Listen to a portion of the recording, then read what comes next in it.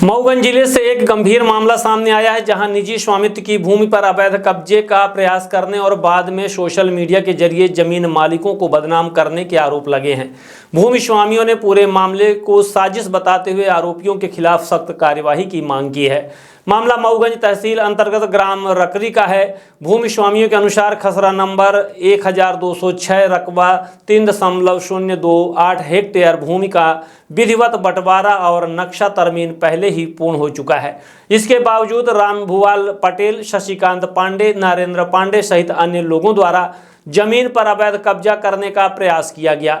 भूमि मालिकों का कहना है कि वर्ष 2012 तक संपूर्ण राजस्व रिकॉर्ड उनके नाम विधिवत दर्ज रहा है। उक्त भूमि वर्ष 2017 में पंजीकृत विक्रय पत्र के माध्यम से खरीदी गई थी, जिसकी पूरी कानूनी प्रक्रिया पूरी की जा चुकी है। इसके बावजूद आरोपियों द्वारा जबरन दखल की कोशिश की गई, जो विफल रहने के बाद अब सोशल मीडिया के माध्यम से भ्रम फैलाया जा रहा है। भूमि स्वामियों ने स्पष्ट किया है कि यदि किसी भी पक्ष को उक्त भूमि पर वैधानिक अधिकार है तो वो न्यायालय का दरवाजा खटखटा सकते हैं। न्यायालय का जो भी निर्णय होगा वह सभी को स्वीकार्य होगा।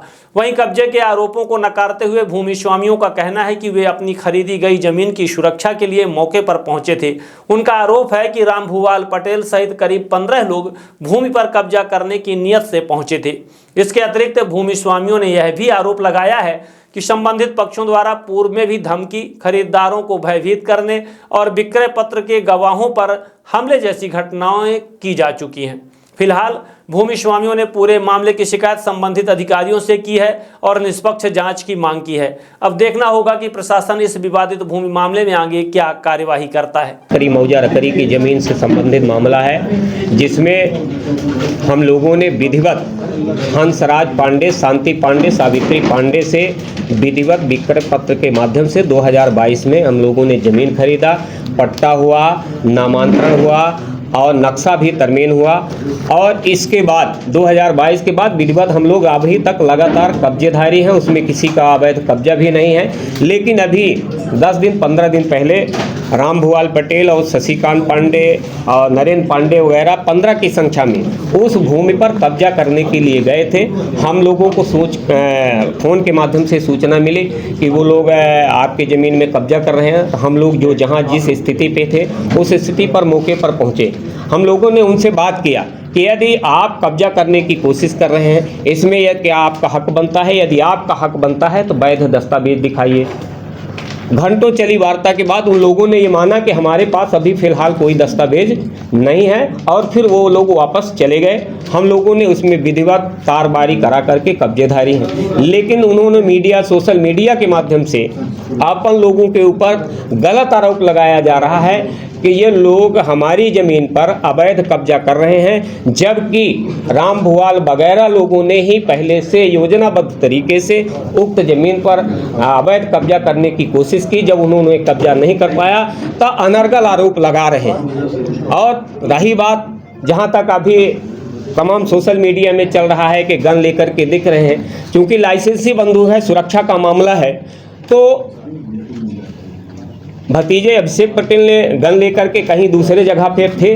जैसे सूचना मिली कि ज़मीन पर कब्जा हो रहा है तो उसी हालात में उन्होंने पहुँचे और तमाम सब लोगों से बातचीत हुई, जबकि वहाँ कोई किसी भी प्रकार का लड़ाई हुआ न झगड़ा हुआ, शांतिपूर्वक वार्ता हुई। और वार्ता होने के बाद जब दस्तावेज दिखाने की बात आई तो वो लोगों ने मान लिया कि ये दस्तावेज हमारे पास नहीं है और वो वापस चले गए। इसके बाद उन लोगों ने सोशल मीडिया के माध्यम से तमाम आरोप लगाए। और एक और मामला है, एक 40 एकड़ जमीन का भी नीलेश पांडे द्वारा एग्रीमेंट कराया जा चुका है, और कराने के बाद इन्हीं नरेंद्र पांडे और शशि पांडे के दबाव में आकर के अब वो कह रहे हैं कि ये ज़मीन मेरी नहीं है, जबकि आज भी खसरे में दर्ज अभिलेख नीलेश पांडे हैं। इस तरह के फर्जीवाड़ा कर रहे हैं और आरोप हमारे लोगों के ऊपर लगा रहे हैं जिनके पास वैध दस्तावेज है। इस तरह के तमाम अनर्गल आरोप लगाए जा रहे हैं। इसलिए हम तमाम इलेक्ट्रॉनिक और प्रिंट मीडिया के माध्यम से हम इस बात का खंडन करते हैं कि हमारे पास वैध दस्तावेज हैं। हम लगातार 2022 से उसमें काबिज धारी हैं। हमारे साथ में जो भूमि स्वामी हमारे रमेश पटेल जी भी हैं, हीरालाल पटेल जी भी हैं, ये वास्तविक भूमि स्वामी भी मौजूद हैं। तो इस तरह से ये तमाम आरोप जो लगाए जा रहे हैं शशिकांत पांडे, नरेंद्र पांडे, रामभुवाल द्वारा, वो तमाम आरोप गलत हैं, निरर्थक हैं और राम भुवाल और शशिकांत पांडे द्वारा जो उनका हक बनता है, जो उनका हिस्सा बनता है, बांध में ज़मीन फंसी थी तो उन लोगों द्वारा भूआर्जन के समय उसका मुआवजा भी ले लिए और ये भी दावा कर रहे हैं कि अभी उतनी ज़मीन हमारी बची भी है। इस तरह के तमाम अलग आरोप लगा रहे हैं। इसलिए मैं इस वार्तालाप के बीच क्या कोई शांति भंग की स्थिति वहाँ निर्मित हुई? नहीं, कोई भी वहाँ शांति भंग की निर्मित दखल हुआ? कोई प्रशासनिक दखल नहीं हुआ। इसके बाद भी बार बार इस तरह का आरोप लगाया जा रहा है जो निरर्थक है। हम लोग अपना पक्ष और रख रहे हैं। हमारे पास वैध दस्तावेज हैं तमाम। यदि उनके पास भी वैध दस्तावेज हो दिखाएं और यदि उनका हक, उनके पारिवारिक लोग यदि उनका हक छीन लिए हैं या हनन किए हैं तो उनको न्यायालय की शरण लेनी चाहिए। जो न्यायालय का निर्णय आएगा हम लोग न्यायालय के निर्णय को मान्य करेंगे जैसी जिस स्थिति पे होगा। जमीन कहाँ पे है? जमीन है मऊगंज के ग्राम रकरी की है और एक स्थगन आदेश भी है। तो उन लोगों ने पचपहरा जमीन का स्थगन आदेश लिया है और दिखाते हैं, कहते हैं ये रकरी की जमीन है। इस तरह के फर्जीवाड़ा उनके द्वारा किया जा रहा है, आरोप हमारे ऊपर लगाया जा रहा है। ये है बात। चूंकि मैं पहले बता चुका हूं कि पहले जब भी हंसराज, सावित्री और नरेंद्र पांडे वगैरह जब भी बहुत सारी भूमियां थी उसमें साभूम स्वामी रहे होंगे। तो मैं तो बता रहा हूं कि जो महत्वपूर्ण जमीनें उस समय कृषि योग्य भूमि थी तो बंटवारा में अपने तरफ कर लिए, बंजर भूमि हंसराज, सावित्री वगैरह के नाम कर दिए। आज उधर से जब मऊगंज से और सीधी सड़क निकली तो उस जमीन का बाजार मूल्य जब बढ़ा तो इन लोगों को उस जमीन पर भी लालच बढ़ी और अपना हक दावा उसमें पेश कर रहे हैं। जबकि ये नहीं कहते कि हम यदि दे तो फिर उसमें दे तो अब इसमें ले, उसको छुपा करके उसको नहीं बताते कि वहाँ जमीन हम इसके बदले में ये जमीन दिए। इस तरह की कहानी है और आरोप इधर लग रहा है। क्या करेंगे इसके बाद कार्रवाई?